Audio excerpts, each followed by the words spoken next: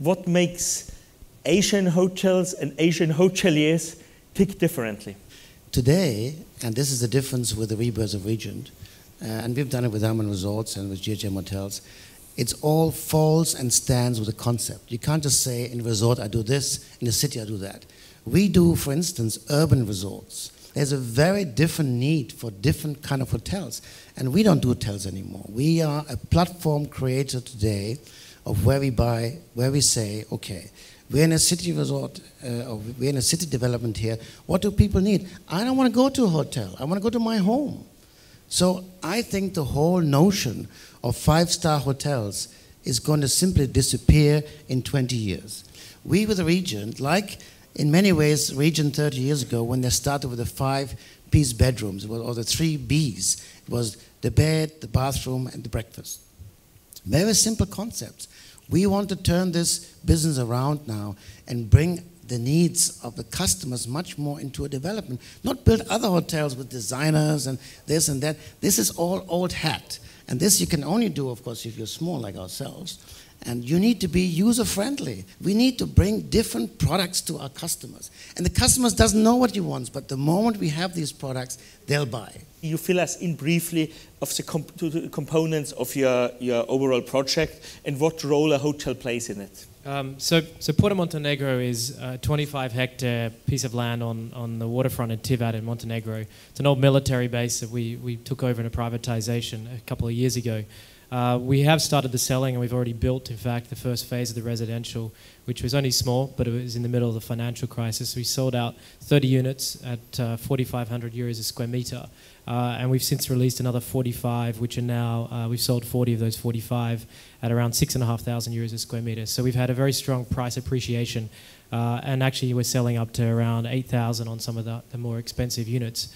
In terms of the hotel, I think absolutely a way to kind of make it profitable and to ensure its success is to get a return on capital as soon as possible. That's most easily done through the sale of residential, and I think that's very pleasing to hear that the Regent model is evolving and in fact driving in that direction, because I think frankly that a brand will try to get you to spend as much money as possible because there's no downside for them into how much money you spend, but it's all upside on the revenue line and the AGOP. So at least through the sale of residential, you can offset some of that capital investment up front. What we certainly believe from our perspective is a core fundamental principle of a resort hotel development, and that is to have the hotel invest capital so they have skin in the game and incentives are properly aligned. Because unless people really can stay awake at night worrying about the profitability, you're pretty sure they're not going to be. And money's the only way to make that happen. But I think that's another question to my more learned colleagues. What value does a brand really bring? I mean, why would we use you? If we're already selling property, we can pay back our capital pretty easily. In fact, even make money on it. At that point, it's another 100,000 euros a year in profitability, helps. But at the end of the day, I'm going to have to give up quite a lot on the capital investment. And is it really justified? First of all, I totally agree with you. An operator who doesn't own a hotel cannot have a qualified conversation with a potential owner on how a hotel can be profitable. Regarding your question on the resort elements, a question would be how much more upside would there have been on the real estate sales if they would have been branded by a brand, i.e., a Regent resident, a Park Hyatt resident, a Four Seasons resident, or what have you. Overall, in this luxury segment, there appears to be a trend that there is an upside in terms of how much more you can penetrate. I think it's great news to hear that in this market environment, you were able to achieve this, very respectable prices per square meter. But the question would have been, what if a brand would have been associated to that? Would there have been more? The added value is very clearly not only simply with the brand. The added value is very clear by having a product-driven product. And for this, you need to have a global understanding who's your customer, because ultimately, if you're dealing with a customer that comes from a specific area, that's one thing. A developer can do this. We are an international hotel group who operate in different parts of the world. We can bring you a much more global perspective. And I think if you look now what's happening in Europe here, the next big travel inbound into Europe is going to be from Asia. Like 30 years, the Japanese, who are high, we talk about high yield, okay? Like the Japanese were 30 years ago, it's going to be the Chinese. But these guys have money to spend. But they relax differently than we as Europeans do, and they have also different expectations of their hotels, without being now Chinese, without being any of this, you know. So you have to understand, in my view, as a brand, you have to understand who's your customer. Also, the developer needs to do that. But I think you do this jointly, because we associate, or we align ourselves with the developer or hotel owner's interest. But if I can't add 10% to a value, then I completely agree. Why do it with a brand? Do it yourself. It's still very difficult to get financing, and for resort hotels, it's a total uphill struggle.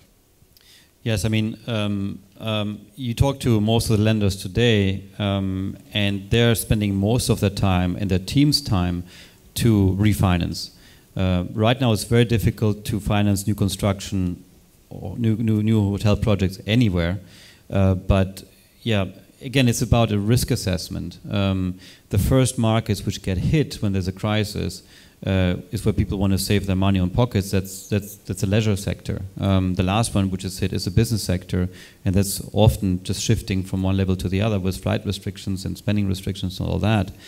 But again, it comes down to how do you make how do you build a hotel resort hotel.